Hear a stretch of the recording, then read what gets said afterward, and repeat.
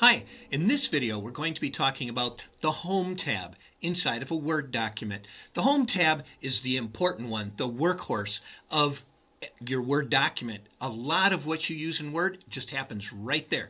So let's take a look at it. When you're in Word, and you'll see I'm in the cloud version, the dashboard version of Word. When you go into your 365 dashboard and choose it, here's the Home tab. When you click the Home tab, you'll see these are the options that appear on the page. One of the ones that's really important is the whatever font you end up using. And you have a bunch of different fonts that you're able to use inside of your Word document. If you're going to be typing a paper for a teacher, it's a research paper or just a thought paper, it's whatever you're typing up for a teacher, there's one font that's recommended by the business world, and that's Times New Roman. If you don't have it up at the top here, you just scroll down and you just keep scrolling down and down and down and you get to your T's because it's in alphabetical order, and you choose either Times or Times New Roman as long as it says Times. Then change your font size to 12. Now you're in what the business world recommends for all of the important documents that you would use. And then you can type on your paper and you have your paper. If you want to try something a little bit different, and you could end up enjoying it, is in the Home tab over on the right hand side, you'll see a microphone. And that microphone is the dictate microphone. So when you click that, you'll want to allow it to use your microphone. As soon as you're talking, it's going to be starting to transcribe everything that you say from your words into written text on the page. Now, in this case, you'll notice I just turned it on. And look at how it's able to take the text that I'm speaking and it's putting it on the page. Then when you're done, you can just click it and shut it off. In this case, it's really a good way to be able to share your thoughts if you have trouble getting your thoughts from your head down to your fingers. Now, I don't recommend you do it all the time because you do need to learn how to type. This will not work well in a classroom where there's noise happening because it'll pick up everybody in the classroom. So you have to learn how to type, but it is kind of nice for you to be able to use once in a while when you kind of like to goof around with it a little bit, or you're just so excited about what you're going to say.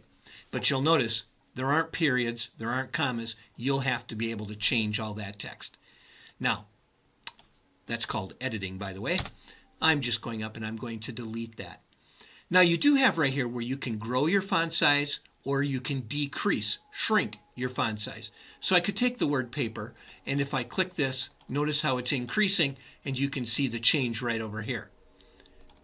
If I decrease it, there it goes back down to 12. Not a problem. You can use boldface.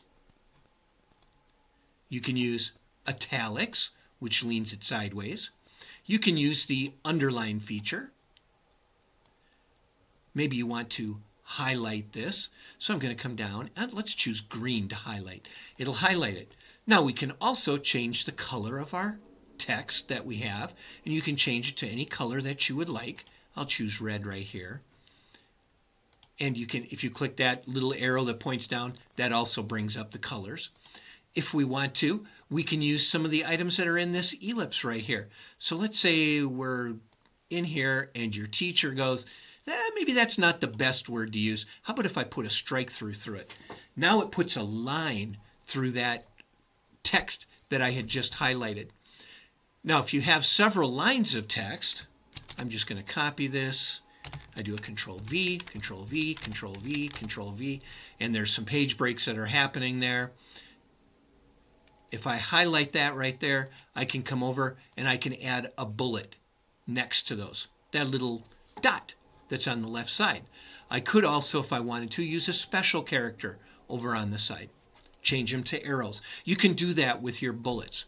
You could come in and let's say you want to number this.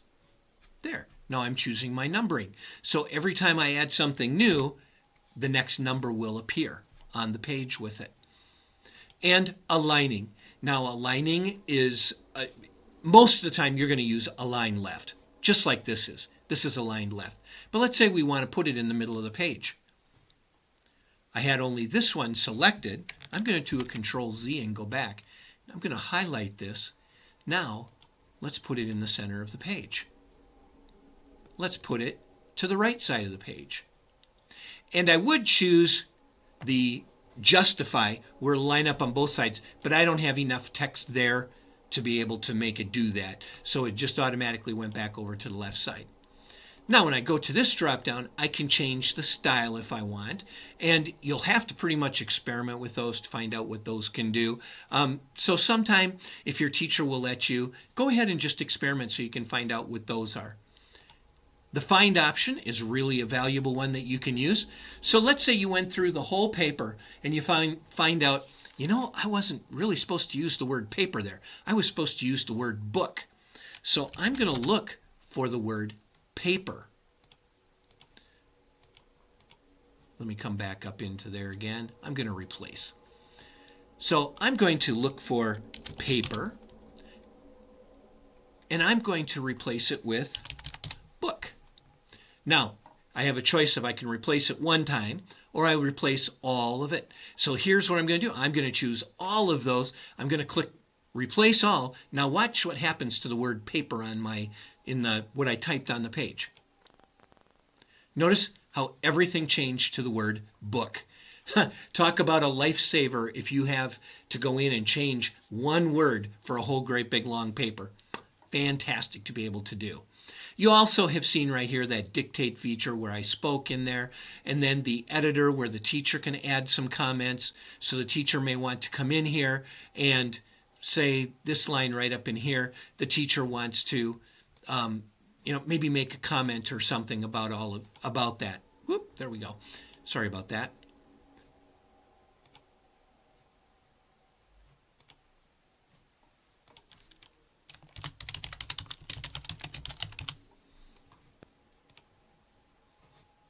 See how it's right there? Change this line. And that nice part is when you're in the online version, that will go into your document. So that it's kind of a really handy way to be able to help you out with all that. And really, that's kind of the basic function of the Home tab, is that you're able to go in and do an awful lot just right there. There's more that you can do. Experimenting is a good thing, but become familiar with the basics, and that's what I showed you on the ribbon. So stay tuned. Watch the next time when we learn about another one of the little tabs inside of our ribbon.